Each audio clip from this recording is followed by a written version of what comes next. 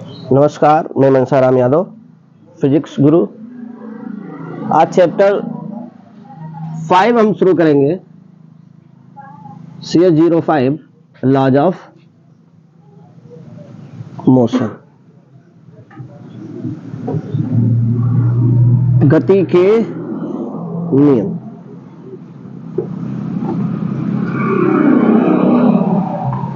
गति के नियम, जैसा कि हम चैप्टर 5 पे पहुंचे हैं, इसका मतलब हमने चैप्टर 3 पढ़ा होगा और हमने चैप्टर 4 पढ़ा होगा। जब चैप्टर 3 पढ़ा होगा तो चैप्टर 3 जो है ये भी मोशन के बारे में बताता है। किसके बारे में बताता है? मोशन इन 1D के बारे में बताता है। चैप्टर 4 जो है ये भी बताता है मोशन के बारे में। किसके बारे में बताता है? मोशन। और ये बताता है motion in 2D। Chapter 3 motion in 1D, chapter 4 motion in 2D। 1D का मतलब हुआ लीनियर मोशन होता था, यहाँ पर कोई भी ऑब्जेक्ट होता था वो लाइन में मूव होता था, रेखीय गति करता था। मोशन इन 2D 2 डायमेंशन में गति, मतलब मोशन एक प्लेन में गति करता था। एक्स एक्सिस में भी होता था, वाई एक्सिस में भी। इसमें हम लोगों ने देखा है प्रोजेक्टाइल मोशन, उसके बाद रैनमैन प्रॉब्लम देखा था रिलेटिव वेलोसिटी से, और हमने देखा था river swimmer river boat problem, वो भी 2D है। तो अगर हम थर्ड चैप्टर को मिलाएं और फोर्थ चैप्टर को मिलाएं तो दोनों में हम किसकी बात कर रहे हैं? मोशन की बात कर रहे हैं। दोनों चैप्टरों में हम किसकी बात कर रहे हैं? मोशन। बोले तो गति की बात होती है। और जहां मोशन होता है, जहां गति होती है, गति से क्या मिलता है हमें? डिस्प्लेसमेंट मिलता है। क्या मिलता है? डिस्प्लेसमेंट। गति से भैया क्या मिलता है? डिस्प्लेसमेंट। और डिस्प्लेसमेंट से हमें क्या मिलता है? डिस्प्लेसमेंट का अगर टाइम के रिस्पेक्ट में डिफरेंशिएशन किया जाए, अवकलन किया जाए, तो डिस्प्लेसमेंट को हम वेक्टर एस से लिख सकते हैं। अगर इसी डिस्प्लेसमेंट का ही डिफरेंशिएशन कर दिया जाए तो हमें क्या मिलेगा? वेलोसिटी मिलेगी। मतलब ये हो जाएगा ds/dt, और इसको हम बोलते हैं वेलोसिटी। मोशन में हमें क्या मिलता है? डिस्प्लेसमेंट। डिस्प्लेसमेंट से वेलोसिटी, वेलोसिटी से हमें क्या मिलता है? एक्सीलरेशन। क्या मिलता है? एक्सीलरेशन। वेलोसिटी बोले तो वेग होता है, एक्सीलरेशन बोले तो त्वरण होता है। ये वेलोसिटी हो गया है। वेलोसिटी का अगेन हम डिफरेंशिएट कर दें टाइम के रिस्पेक्ट में, dv/dt एक्सीलरेशन मिल जाएगा। इन तीनों फिजिकल क्वांटिटी को सफलतापूर्वक पढ़ने के बाद आज हम इस नतीजे पे पहुंचे हैं कि थोड़ी सी इस पे और चर्चा की जा सके कि जहां पर डिस्प्लेसमेंट होगा, जहां पर डिस्प्लेसमेंट होगा, जहां पर वेलोसिटी होगी, जहां पर एक्सीलरेशन होगा, मतलब ये हम क्या देख रहे हैं? मोशन है, मतलब गति है। गति का प्रभाव क्या होता है? इफेक्ट ऑफ मोशन, डिस्प्लेसमेंट होता है, वेलोसिटी होता है, और हम इसको क्या, ये तीनों क्या है? ये कॉज है। ये इफेक्ट ऑफ मोशन है। ये क्या है भैया? इफेक्ट ऑफ मोशन है। ये इफेक्ट ऑफ मोशन है, मतलब मोशन के प्रभाव है, गति के प्रभाव है। गति अगर होगी तो विस्थापन भी होगा, गति अगर होगी विस्थापन होगा, विस्थापन से वेग होगा, वेग से त्वरण होगा।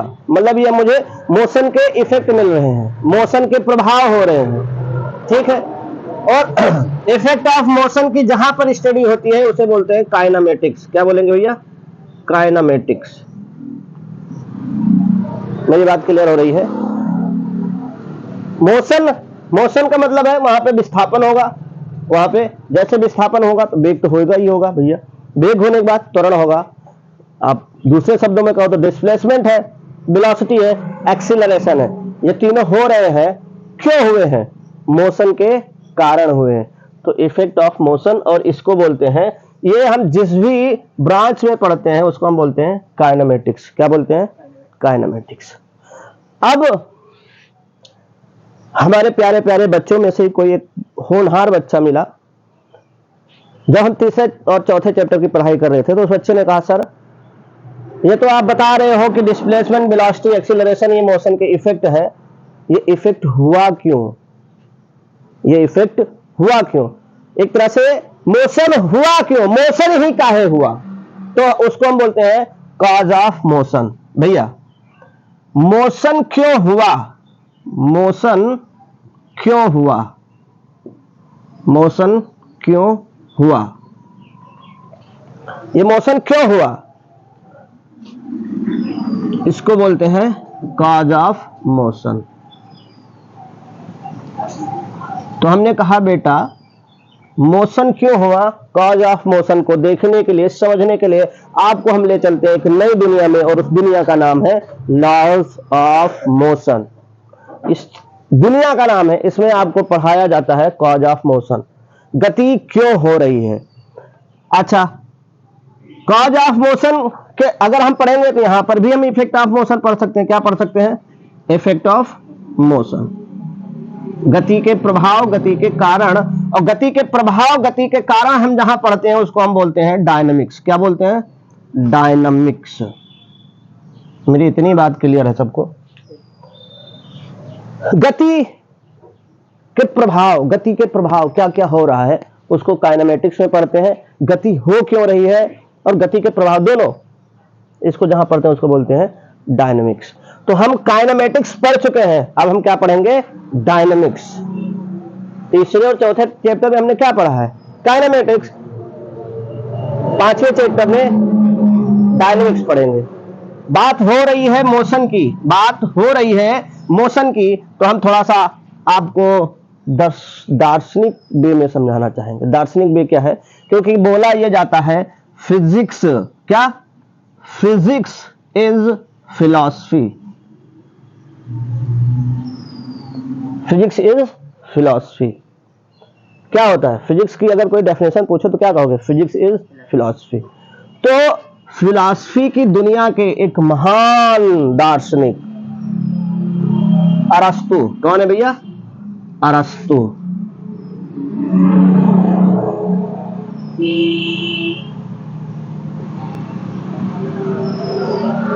ये महान दार्शनिक इंसान थे। इन्होंने बताया है कि इस जो मोशन होता है, मोशन तीन टाइप से होती है, गति जो है वो तीन होती है। पहली कि एक तो जो पृथ्वी पे हो रही है, कहां पे हो रही है, अर्थ पे हो रही है, वो भी अगर हम किसी चीज को खींच रहे हैं, क्या कर रहे हैं, खींचने से या किसी चीज को दबाने से गति होती है, उसको एक पहली कैटेगरी में रख दिया। अरस्तु ने कहा कि जो अर्थ पे मोशन होता है, किसी चीज को खींचो, किसी चीज को दबाओ, ये जो मोशन होती है उसको एक कैटेगरी में रखा। इस गति को एक, भैया जैसे देखो, ध्यान से देखो, ये मार्कर है, मैं इसे दबा रहा हूं, मतलब प्रेस कर रहा हूं तो आगे जा रही है ना, गति हो रही है ना बाबू, मोशन में है ना, मैं इसको अपनी तरफ खींच रहा हूं, तो इसको एक बता दिया। और दूसरा ये बताया मोशन ड्यू टू ग्रेविटी। दूसरी अरस्तु ने बताया था कि अगर हम किसी ऑब्जेक्ट को ऊपर की ओर फेंकें तो वो नीचे आएगा ना, गुरुत्व के अधीन। पृथ्वी जो है उसमें एक फोर्स लगाती है, उसे हम बोलते हैं ग्रेविटी। ये दूसरी गति हुई, मोशन ड्यू टू ग्रेविटी। तीसरी गति उन्होंने बताया कि जो सन की होती है, मून की होती है, जो स्टार की होती है, जिसे हम प्लानेटरी मोशन बोल सकते हैं। क्या बोल सकते हैं, प्लानेटरी मोशन। तो महान दार्शनिक अरस्तु ने तीन मोशन बताया था, और उनके साथ साथ कुछ और विद्वानों ने ये बोला है कि तीनों मोशन को डिफाइन करने के लिए अलग अलग लॉज हैं, अलग अलग नियम हैं। क्या है, अलग अलग लॉज हैं, अलग अलग नियम हैं, अलग अलग लॉज हैं, अलग अलग नियम हैं।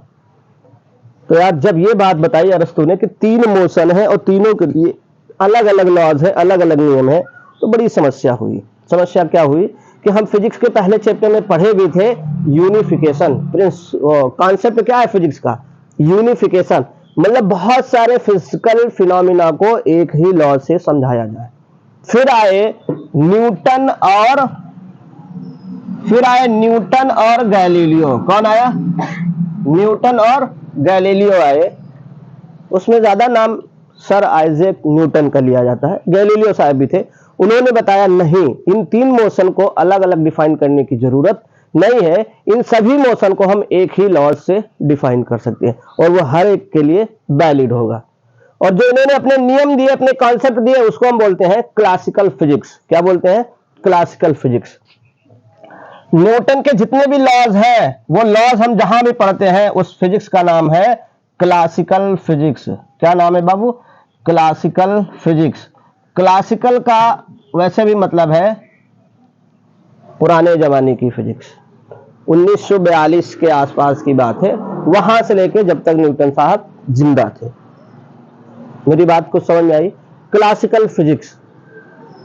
और जब ये उन्होंने बताया तो इसी मोशन में ये जब उन्होंने बताया कि मोशन को अलग अलग डिफाइन करने की जरूरत नहीं है, एक ही लॉ से डिफाइन किया जा सकता है, और मोशन का सबसे बड़ा जो है कॉज है वो होता है मोशन। कोई ऑब्जेक्ट मोशन में आया है, ये क्लासिकल फिजिक्स है। इसी क्लासिकल फिजिक्स में उन्होंने बताया कि जो मोशन है या जो गति है, ये गति क्यों हो रही है? एक तो ऑब्जेक्ट के मास के कारण हो रही है। क्यों हो रही है? द्रव्यमान के कारण। और दूसरा एक्सीलरेशन के कारण हो रही है।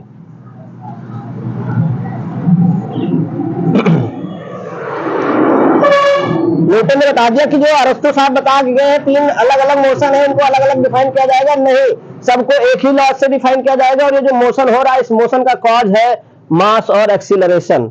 क्या है? मास और एक्सीलरेशन। मास एक्सीलरेशन से बनता है फोर्स। क्या बनता है? फोर्स, जिसे बोलते हैं बल। तो कहने का मतलब इस पूरे चैप्टर में लॉज ऑफ मोशन में हमें किस पे टारगेट करना है?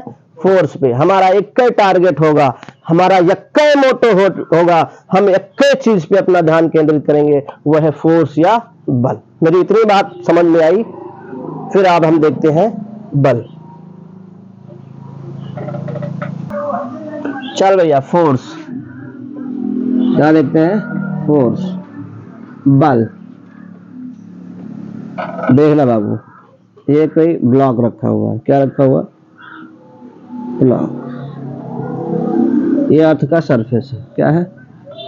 ये अर्थ का सरफेस है, ब्लॉक रखा है। एक छोटा सा बच्चा है, 5 साल का बच्चा है,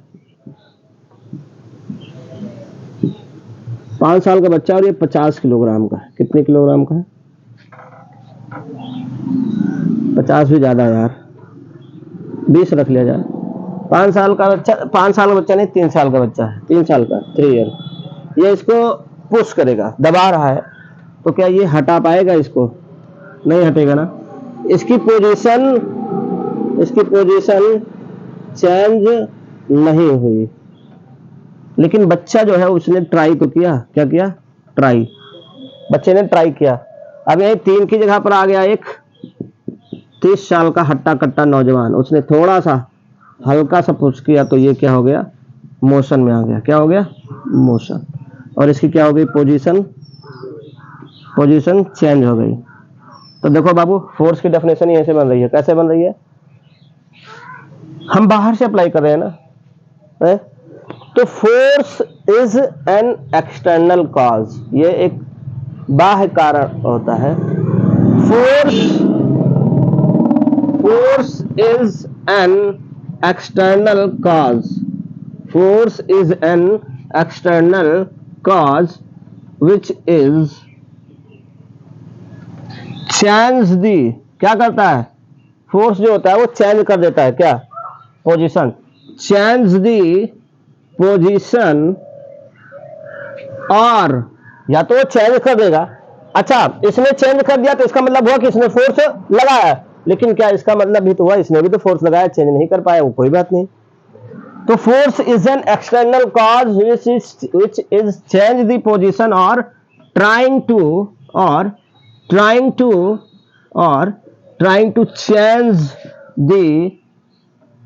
change the position of any object। ये क्या है बाबू? फोर्स की डेफिनेशन है। क्या है? Force is an external cause which change the position और trying to change the position of any object. ठीक, इसे बोलते हैं फोर्स।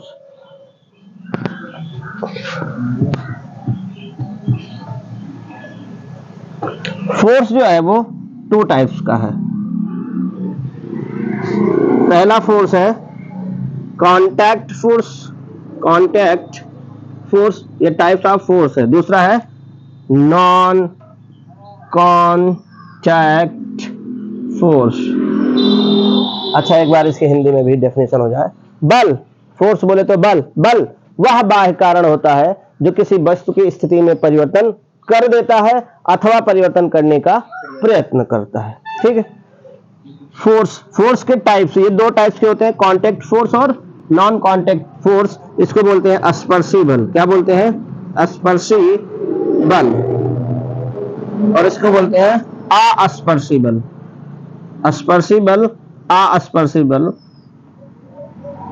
कुछ किताबों में या कुछ और टीचर लोग बताते हैं कि contact force, non contact force, दो फोर्स इसमें और ऐड करते हैं। एक होता है वीक फोर्स और दूसरा होता है न्यूक्लियर फोर्स। लेकिन ये दोनों फोर्स जो है, वीक फोर्स और न्यूक्लियर फोर्स, ये आपके न्यूक्लियर का मतलब हुआ न्यूक्लियस से रिलेटेड है, और वो आता है आपका मॉडर्न फिजिक्स में या क्वांटम फिजिक्स बोलो। हम बात कर रहे हैं न्यूटन वाली फिजिक्स की, और न्यूटन वाली फिजिक्स कहलाती है क्लासिकल फिजिक्स। क्लासिकल फिजिक्स में केवल दो फोर्स ही डिफाइन है, कांटेक्ट फोर्स और नॉन कांटेक्ट फोर्स। मेरी बात क्लियर? वैसे तो आप चार टाइप से फोर्स डिफाइन कर सकते हो, contact force, non contact force, weak force और न्यूक्लियर फोर्स। लेकिन हमें क्लासिकल फिजिक्स पढ़ रहे हैं, न्यूटन की फिजिक्स को क्लासिकल फिजिक्स, और उसमें हम दो टाइप्स के पढ़ते हैं। कांटेक्ट का मतलब हुआ जब एक दूसरे के कोई कांटेक्ट में हो। तो देखो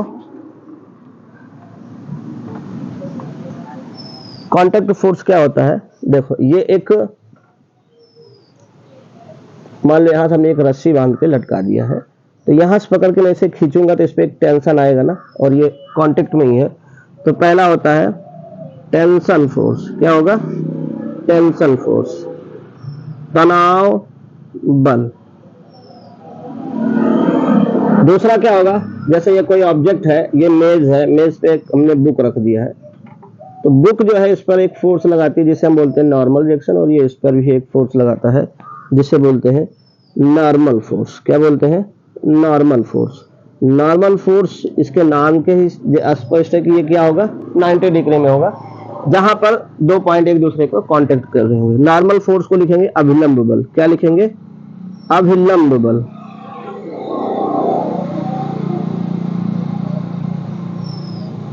एक होगा आपका स्प्रिंग बल। क्या होगा? स्प्रिंग फोर्स, जिसे हम कहेंगे स्प्रिंग बल। एक होता है विस्कस फोर्स। क्या होता है? Viscous force. विस्कस फोर्स क्या होता है? जैसे ये पानी है, ये पानी है, पानी की लेयर जब एक दूसरे के ऊपर फ्लो होती है तो हर एक लेयर एक दूसरे के ऊपर एक फ्रिक्शन फोर्स लगाती है, मतलब उसके मोशन का अपोजिशन करती है। विस्कस फोर्स जिसे हम बोलते हैं श्यान बल। क्या बोलेंगे? श्यान बल। इधर दिख रहा है भाई कि नहीं दिख रहा है? श्यान बल दिख रहा है? चलो इसी में एक दूसरा फोर्स है जिसे हम बोलते हैं फ्रिक्शन फोर्स। क्या बोलते हैं? फ्रिक्शन फोर्स, घर्षण बल। तो ये सारे फोर्स अपने क्या है? Contact force. ये कांटेक्ट में होते हैं। Tension force, normal force, spring force, viscous force और फ्रिक्शन फोर्स। ठीक है, ओके। ये हम विस्कस फोर्स को यहां पर नहीं पढ़ेंगे, इसको हम पढ़ेंगे प्रॉपर्टीज ऑफ फ्लूइड, वहां पढ़ेंगे।